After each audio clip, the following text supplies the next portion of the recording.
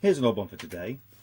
I've got this old Murphy television we're going to be looking at, the V270C. Forgive me sound a bit muffled, I've got the face visor on because I'm now going to have to repair the tube base. As you can see, the tube is intact. I don't know whether it's any good or not yet because I've not been able to test it, because as you can see very clearly, because of the way the light it is in here, the tube base is missing. You can see the pip here where this they've sealed the tube off, so I'm going to be very careful because I don't damage it. But by the look of it, it's never been particularly well soldered from day one. There's quite a bit of insulation on these leads, and I mean the tips of these are barely soldered. So what I'm going to do, I'm going to carefully scrape these back and get some nice bright copper on there, and then I'm going to show you how we're going to refit the base, which I have actually got. It was just dangling. Luckily none of the wires are broken, and they're quite nice thick stout wires. So I'm going to clean these up, and then I'll show you how we go about soldering this back on and testing the tube. I popped a piece of paper behind, so hopefully you'll be able to see the leads a little clearer. Charging mode for some reason. Right.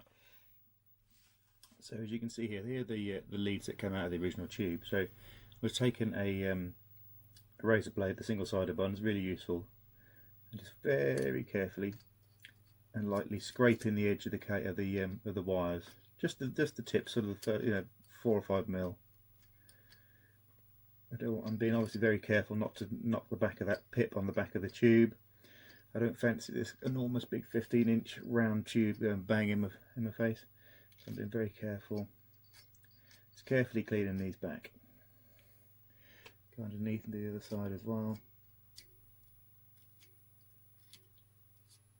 Looking at the tube base, which I've now cleared, which I'll show you in a second.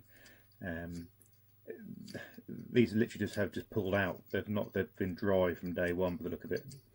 From what I've read and over the years, I've been doing this for 25 years, Murphy tubes produce a very good picture when they work, but there was often problems in manufacturing, so it doesn't surprise me that they've got something like this that's not quite right.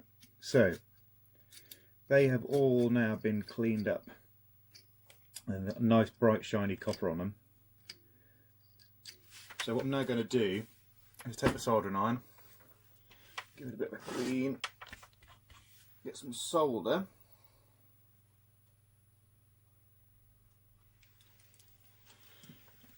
and the first thing I'm going to do is just tin the end of each of these little wires come to the bottom of the CRT.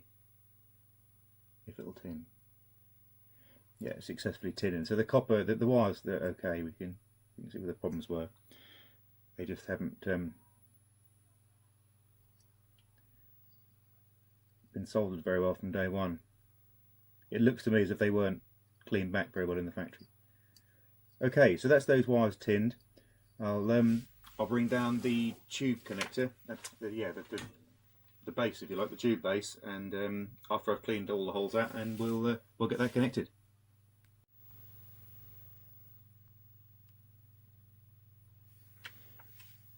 Right, so here is the tube connector. You can see I've cleared the holes, just used the solder pump, heated those up and cleaned all those holes out, and so we know they're all clean. And we did flow a little bit of solder through there initially as well, so it's all been refluxed, so it should get quite a good connection this time.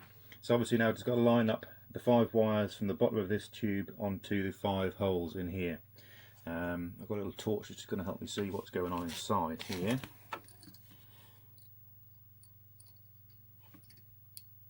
I need to make sure that each one of those wires goes down the corresponding hole.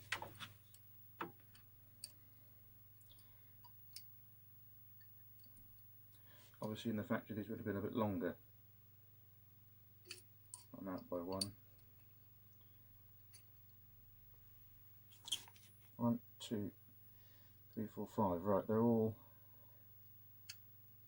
There we are. Good.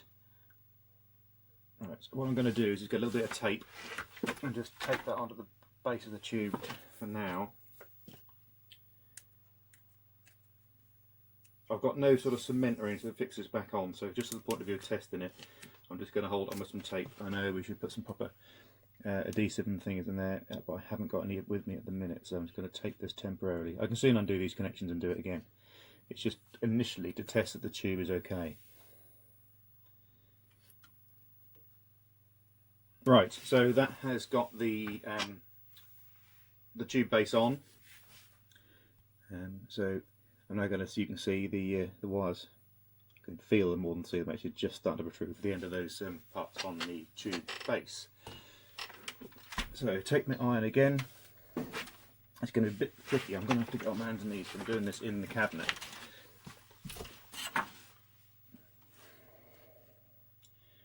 Bearing in mind that I have already flowed some solder in, so and cleaned it out again, so it should be relatively simple to heat these up and get some solder to flow through there.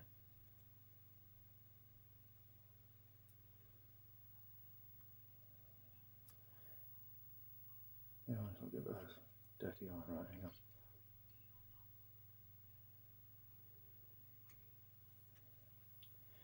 That's one.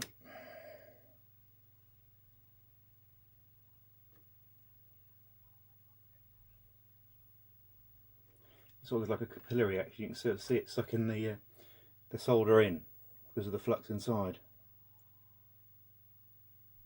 And here, little dabs on the end, let it sort of suck itself in.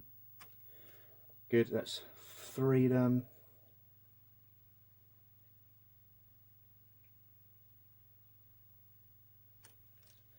Four, and the last one.